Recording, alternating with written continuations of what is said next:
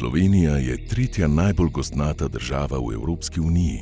Gozd je pri nas osrednji gradnik krajine. Pokriva skoraj 60% ozemlja in tako značilno zaznamuje našo zeleno deželo in njene prebivalce.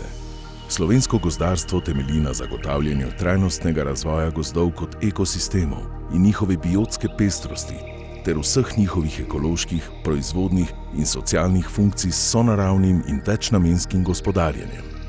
V Sloveniji je 77% gozdov v zasebni lasti, 3% v lasti lokalnih skupnosti in 20% v državni lasti. Lastnikov gozdov je približno 413 tisoč, kar predstavlja več kot petino prebivalcev. Povprečna gozdna posest meri okoli 3,2 hektara. Z državnimi gozdovi gospodari državno podjetje Slovenski državni gozdovi. Taka posestna struktura povečuje družbeni pomen gozdov in hkrati predstavlja velik izziv za zagotavljanje aktivnega gospodarjenja z gozdom ter izvajanje zastavljenih ciljev skladno z gozdno-gospodarskimi načrti. Lesna zaloga znaša 304 kubične metre na hektar. Glavni drevesni vrsti sta bukev z 32,7% in smreka s 30,2%. Sledita jelka s 7,5% in hrast s 7,1%. Povprečni letni prirastek znaša 7,74 kubičnih metrov na hektar. V Sloveniji raste najvišja navadna smreka v Evropi, ki je visoka 62,26 metra. V zadnjem obdobju letno posekamo okoli 5 milijonov kubičnih metrov lesa. Obseg predelave lesa pa se zadnja leta povečuje.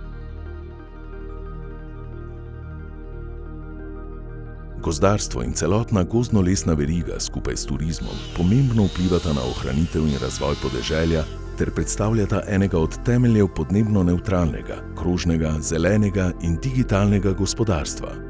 Gozd je pomemben ekonomski vir predvsem kmetom v gorskih območjih. Ta predstavljajo 72,5% ozemlja države. V Sloveniji imamo dolgo tradicijo načrtnega dela z gozdom.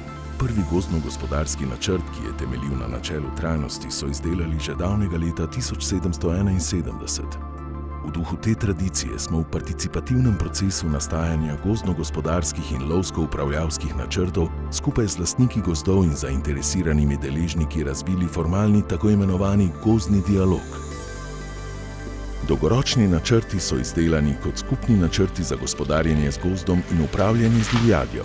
Gozdno-gospodarski načrti predstavljajo tudi načrte upravljanja za območja Natura 2000, v katere je vključenih 44% gozdov.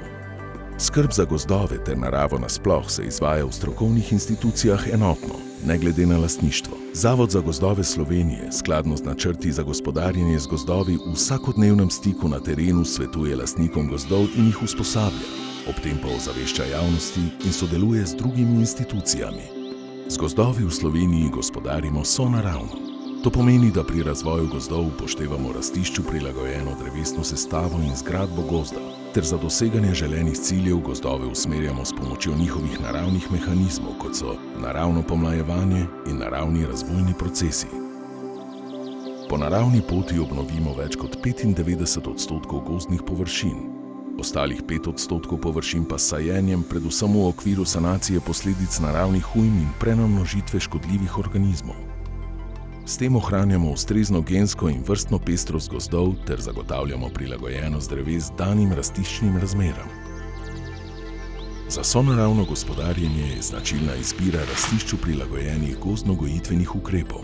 Najpogosteje se uporabljajo ukrepi skupinsko postopnega in prebiralnega gospodarjenja z gozdom.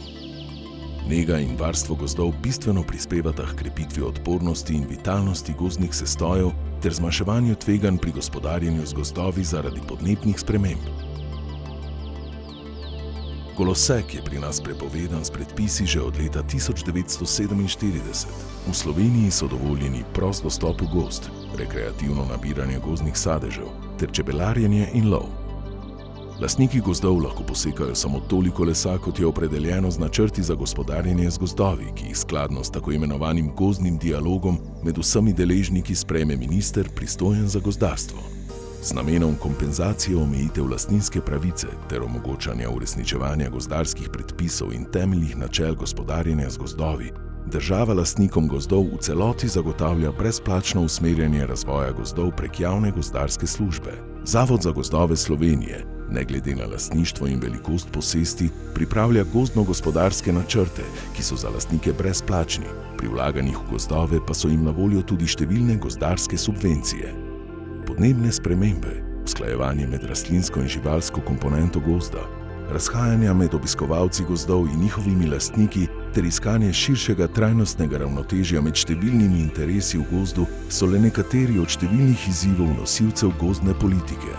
S trajnostnim, sonaravnim in večnamenskim gospodarjenjem z gozdovi ter rabo in predelavo lesa v najrazličnejše izdelke prispevamo k doseganju skupnih ciljev Evropske unije na področju podnebja, biotske raznovrstnosti, razvoja podeželja, energetike in okolja, ter za prehod v podnebno nevtralno, krožno, zeleno in digitalno gospodarstvo.